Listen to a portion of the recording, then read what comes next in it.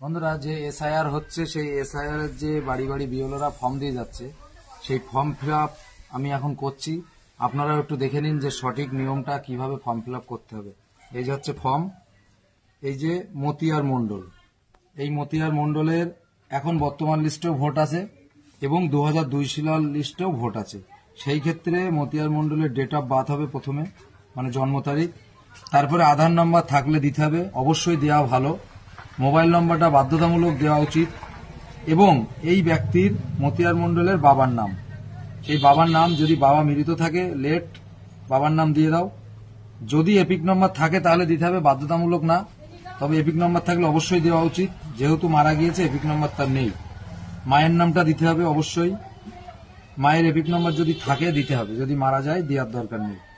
এবং এই মতিয়ার মণ্ডলের স্ত্রী, এখানে স্বামী স্ত্রী, স্ত্রীর নামটা দেওয়া হয়েছে, স্ত্রীর এপিক নম্বর দেওয়া হয়েছে।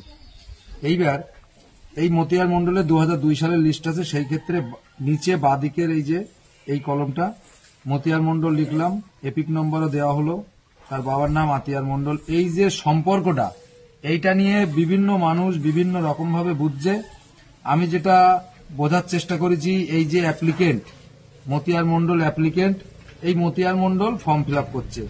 অনেকে এখানটায় লিখছে পিতা কিংবা ফাদার্স, কিন্তু আমি যতটুকু জানকারি নিয়ে বুঝেছি এখানে এই ব্যক্তি আর এই ব্যক্তি একই ব্যক্তি।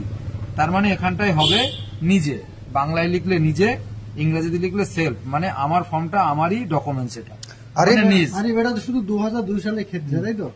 এই যে সেলফ এটা হবে। এবার 2000 এই জায়গাটায় ধরো মতিয়ার মণ্ডল, এটা এই কলমটা আমার বাদ দিয়ে দিচ্ছি, ঠিক আছে? মতিয়ার মণ্ডল, মতিয়ার মণ্ডলে 2025 সালের লিস্টে নাম আছে, 2002 সালের লিস্টে নাম তার বাবার আছে। সেই ক্ষেত্রে তার বাবার নামটা এখানে হবে, বাবার নামটা এখানে দিলাম।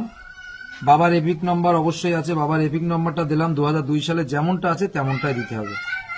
আত্মীয়ের নাম, মানে বাবার যে গার্জেন আছে সেই গার্জেন আত্মীয় নামটাও আপনারা একটু দেখে নিন, অনেকে ভুল করতে পারে।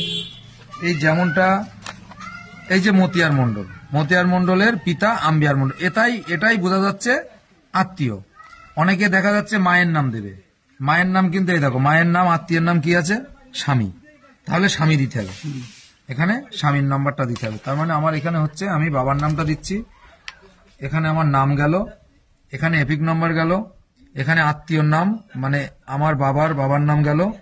এই যে এই জায়গার সম্পর্কটাও একটু মানে সঠিকভাবে দিতে হবে।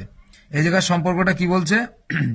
এই যে অ্যাপ্লিকেন্ট মতিয়ার মণ্ডল, এখানে মতিয়ার মণ্ডলের বাবার নাম, তার মানে 2002 সালে যে ব্যক্তির নাম আছে, এই 2002 সালে যে ব্যক্তির নাম আছে এই ব্যক্তির কে হয় এই অ্যাপ্লিকেন্ট, সেটাই কিন্তু এখানে লিখতে হবে। তার মানে ছন হবে, একদম ঠিক।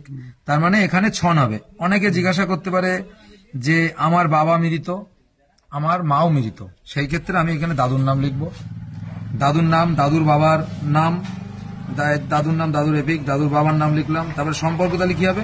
গ্র্যান্ডসন।